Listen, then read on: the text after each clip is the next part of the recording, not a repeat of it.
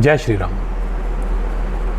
Media से हमारी बहुत सी नाराज़गी रहती है क्योंकि जो मेन स्ट्रीम टीवी मीडिया जो है ये पॉलिटिकल पार्टीज़ के हाथों का खिलौना बन चुका है। इस प्लेटफॉर्म पे हम ये बात कई बार डिस्कस कर चुके हैं कि किस तरह मीडिया जो है वो पॉलिटिकल पार्टीज़ के दबाव में काम करती हैं, उनके फेवर में काम करती हैं या उनके अगेंस्ट में काम करती हैं। न्यूट्रलिटी अब मीडिया ऑर्गेनाइजेशंस में तो है ही नहीं।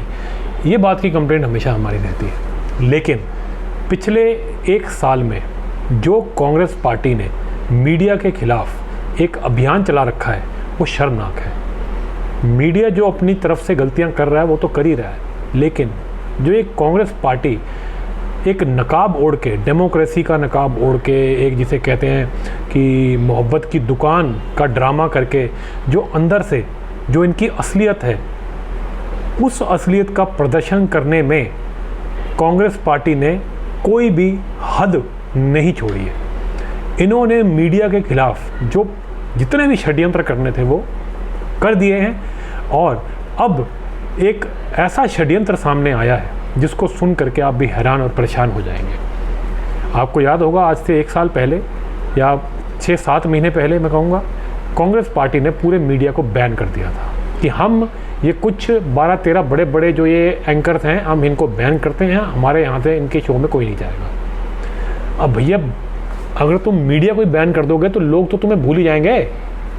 क्यों नहीं तुमने मीडिया के सामने जा कर के जवाब दिए? तुम्हारे पास जवाब नहीं थे इसलिए तुमने मीडिया के ऊपर बात डाल दी और तुमने उनको बैन कर दिया। लेकिन वो ज़्यादा टाइम चला नहीं, इनको अपनी गलती समझ में आ गई। इंडिया अलायंस के बागी लोगों ने कहा तुम पागल हो गए हो क्या, अपने साथ साथ हमारी भी लुटिया डुबो दोगे। तो उन्होंने तो अपने बंदे भेजने शुरू कर दिए मीडिया में, इनको भी भेजने पड़े। लेकिन फिर भी एक मैसेज चला गया कि मीडिया से ये लोग कितनी, जिसे कहते हैं इनके अंदर खार है, ये मीडिया से कितने ज़्यादा गुस्से में है, खुंदक में है। और बाकी जितने भी ये चैनल्स हैं जिनको इन्होंने, जो एंकर्स थे बड़े बड़े जिनको इन्होंने बैन किया था, उन्होंने भी इस बारे में खुल के बात करी कि ठीक है मत आओ, हमारे पे गुस्सा निकालना है हम पे निकाल लो, तुम्हारा ही नुकसान होगा, मत आओ, हम तुमको मंच नहीं देंगे। और आ जाएंगे लोग, और लोग पार्टियों के लोग आकर के बात करेंगे। कांग्रेस पार्टी को अपनी गलती समझ में आ गई, लेकिन इन्होंने खुल करके कभी भी अपनी गलती को एक्सेप्ट नहीं किया। अब हुआ क्या कि इनकी ये जो ड्रामेबाजी है ये इनके उल्टे पड़ गई।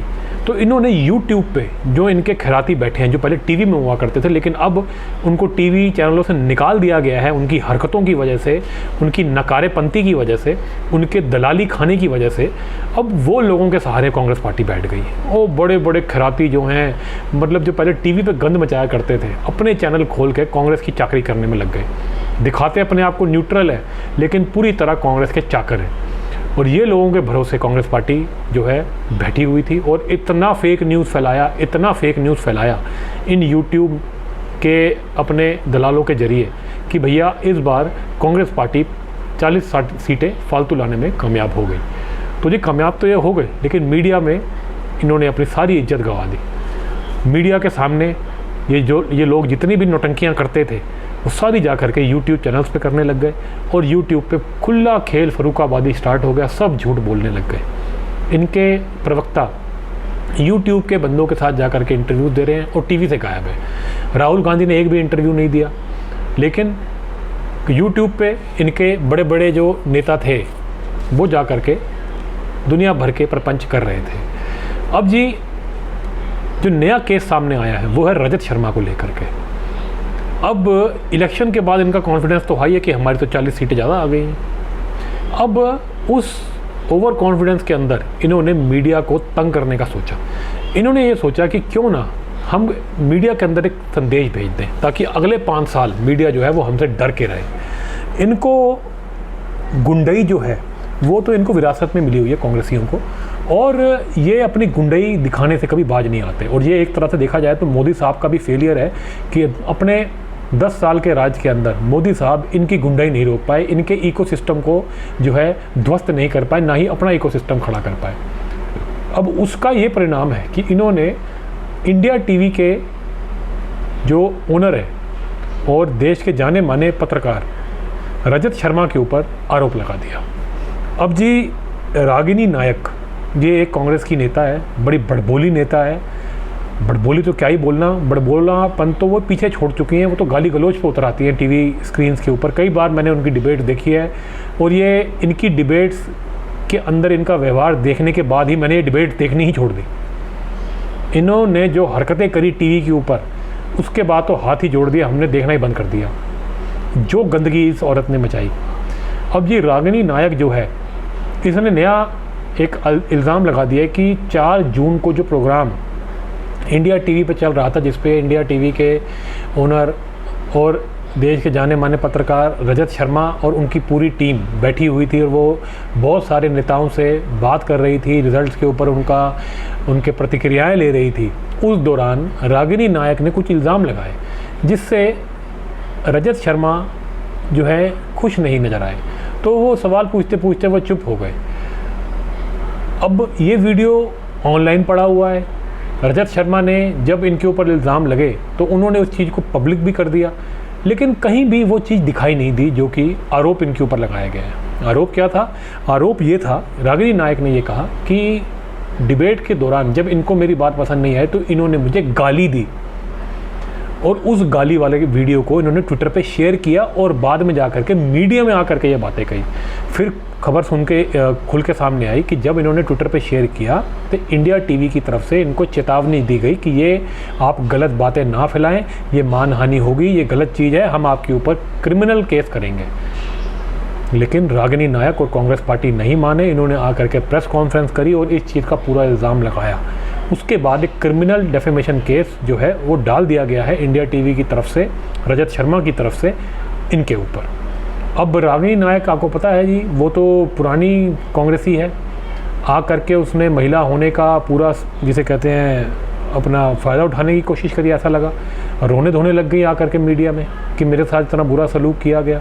भाई 4 तारीख का हुआ है, तुम्हें आज याद आया है?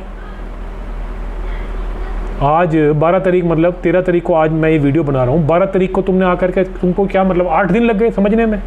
वो कह रही है मुझे लोगों ने बताया, बाद में मुझे पता लगा, मेरे परिवार ने देखा, बड़ा दुख हुआ, रोने लग गई वो आकर के। भाई ठीक है, अगर आपको इस बात की लगी कि आपको गलती दी गई है, कोई वीडियो ऐसा दिखा है आपको लगता है कि जी उसके अंदर कुछ सच्चाई है, बिल्कुल ठीक है, आप कार्रवाई करिए, जा करके पुलिस में कंप्लेंट कराइए, आपका पूरा राइट है। उसके ऊपर जांच पड़ताल होगी, पता लग जाएगा अगर रजत शर्मा ने किया है कि नहीं किया होगा तो सज़ा मिलेगी।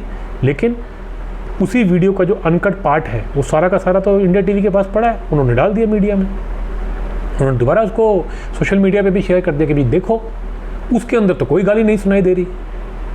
और देखिए इतना बड़ा वो आदमी है, कुछ भी कहिए, रजत शर्मा के खिलाफ हमने भी कई बार आवाज़ उठाई है, इस पूरी मीडिया के खिलाफ हम आवाज़ उठाते हैं कि ये लोग गलत कामों में लगे रहते हैं, फेक न्यूज़ फैलाते हैं, वो सब बातें हैं। लेकिन ये बात कहना कि रजत शर्मा का व्यवहार गलत है, ये नहीं मान सकता। जैसा भी है रजत शर्मा, वो कभी किसी से ऊंची आवाज़ में बात नहीं करता, ना ही किसी से ऐसे गाली गलौज करता है। जबकि ये जो रागिनी नायक है, इसका तो पूरा इतिहास ही गाली गलौज का है। माँ बहन की गालियाँ निकालना आजकल टीवी शोज़ में तो बड़ा आम हो चुका है, और उसकी शुरुआत करने वाली ये रागिनी नायक ही है। ये रागिनी नायक ने ही ये गंदगी की शुरुआत की थी। इसी ने गौरव भाटिया के साथ तेरा बाप, तेरा खानदान, इस तरह के वर्ड यूज़ किए थे।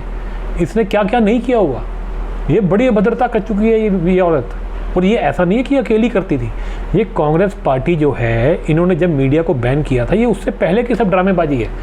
उससे पहले ये अग्रेसिवली काम कर रहे थे, ये मीडिया को डराने की कोशिश कर रहे थे। सुप्रिया श्रीनेत गंदी नाली का कीड़ा, ओ ये ओ वो ड्रामेबाजी करती थी, वही मीडिया की इंचार्ज थी। उसी के कहने पे ये चलते थे सारे। इनको भी यही कहा गया था कि जा करके मीडिया को डराओ, और ये मीडिया को डराने के लिए इस तरह की हरकतें कर रहे थे, लड़ाइयाँ कर रहे थे टीवी डिबेट्स के अंदर। तेरा बाप, तेरी माँ, इस तरह की बात, तेरा खानदान, इस तरह की बातें ये करते थे। सुप्रिया श्रीनेत भी ये काम करती थी, गलत भाषा में का प्रयोग करना।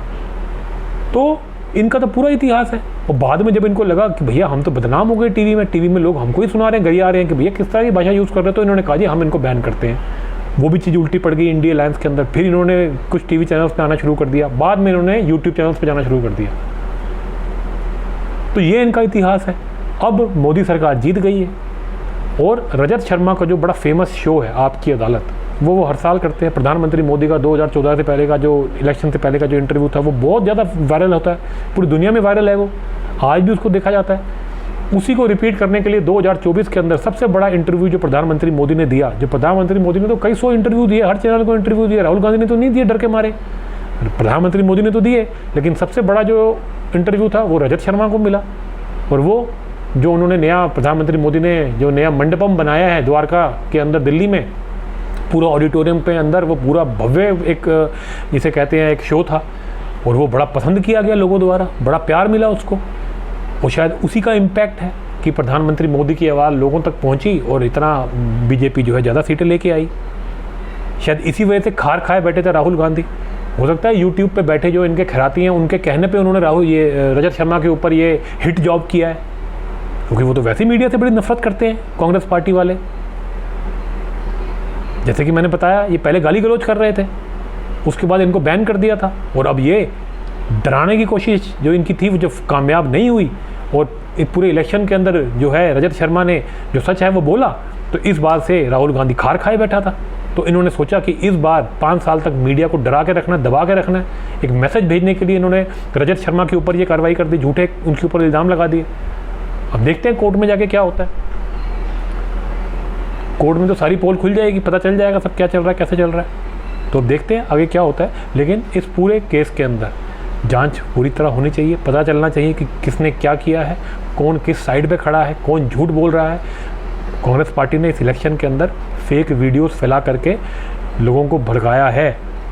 अमित शाह की फेक वीडियो कांग्रेस के नेताओं ने ही फैलाई थी, इसकी उनको सजा भी हुई है और कईयों के ऊपर इस टाइम पे जांच भी चल रही है। तो ये काम तो ये पहले से ही करते आ रहे हैं, तो ये इनके लिए बड़ी चीज़ नहीं है कि किसी रिपोर्टर के ऊपर, किसी बड़े टीवी चैनल के मालिक के ऊपर इस तरह का हिट जॉब करके फेक वीडियो फैला करके उसको फंसाने की साजिश ये कर सकते हैं, बिल्कुल कर सकते हैं।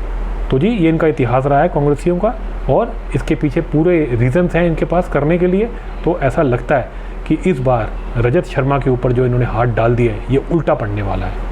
और मीडिया, मैं उनको बोलूँगा अपना चाल चलन आप ठीक कीजिए, और इस डर के सामने आप झुकिएगा नहीं, आप चलते रहिए ऐसे ही। राहुल गांधी और इसकी पार्टी से डरने की कोई ज़रूरत नहीं है।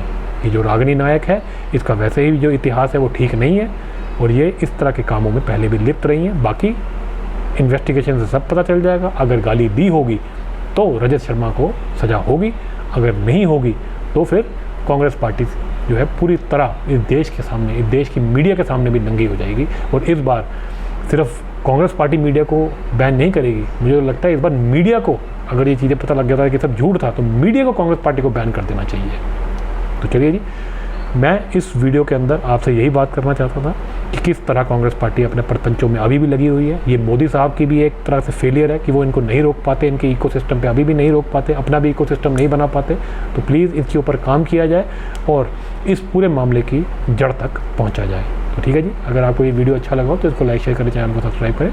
मिलते हैं आपसे अगले वीडियो में।